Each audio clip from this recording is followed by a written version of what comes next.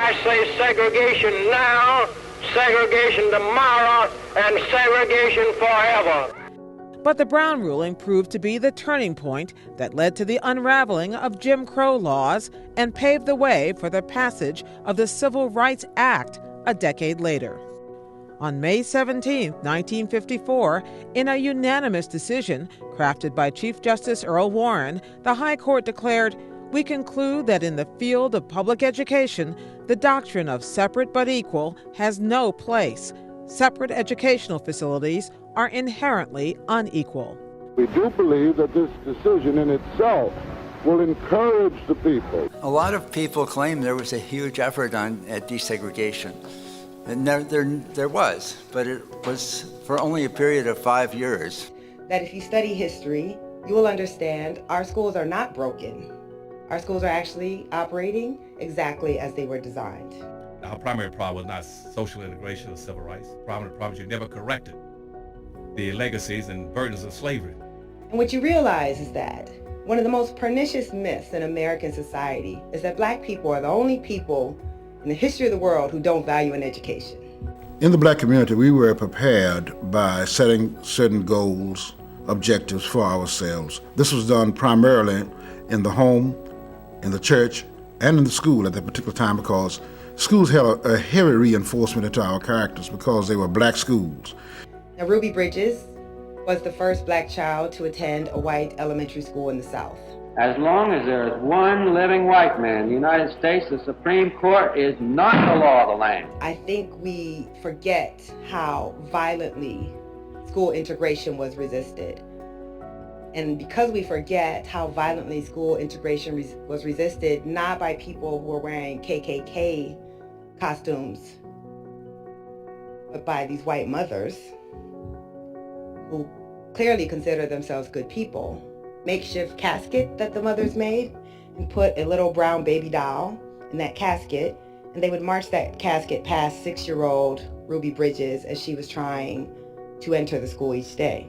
The local newspaper, the Arkansas Gazette at that time, indicated that the Brown decision was going to change the face of the South forever. I will not force my people to integrate against their will. White people were willing to bomb their own schools rather than let a handful of very carefully selected black children enter those schools. And we wait for the marshals to come and pick us up, and we skip on out to the door and go to the cars. They ripped my dress almost completely off me, and these things, they would happen and nothing happened at the school because we weren't wanted there.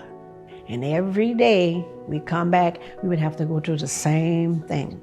The night before we were to go to school, the governor called out the Arkansas National Guard. The National Guard was there to bar our entrance and let white students go into the school. I say integration can be reversed, it can be stopped anywhere, provided an attack is made at every single level. It seemed to me that if they were going to all of this trouble to keep me out, there was something bigger than my simply going to class.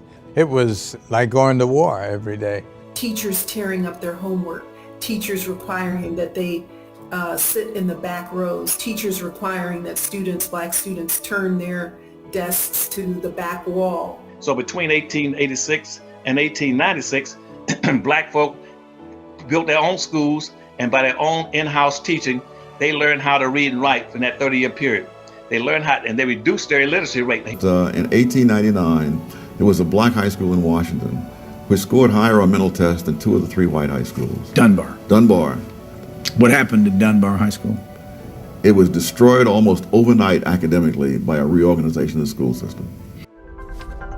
Brown versus Board of Education completely altered America's youth when it ended segregation. But the impact doesn't stop there. While black children across America were coping with abrupt changes, there was another population that was completely left out: teachers. The majority opinion focused solely on children. Black teachers were left with no employment guarantee despite their success at all black schools, many of which closed after the ruling, as school systems across the country kept the white schools instead. Prior to 1954 in the 17 dual system states, black educators comprised 35 to 50% of their states teaching force or principalship force, so the educator workforce, was about 35 to 50% Black. Today, out of the nation's 3.2 million teachers, less than 7% are Black. African American parents were only concerned about making certain their student or their children had the best education possible. And I think sometimes we scapegoat our children by suggesting if they're not sitting next to somebody of a certain ethnicity that they can't possibly be getting a good education. What happens in 1988? 1988 is the year we start to see resegregation. Segregation for Black students has expanded in most of the country.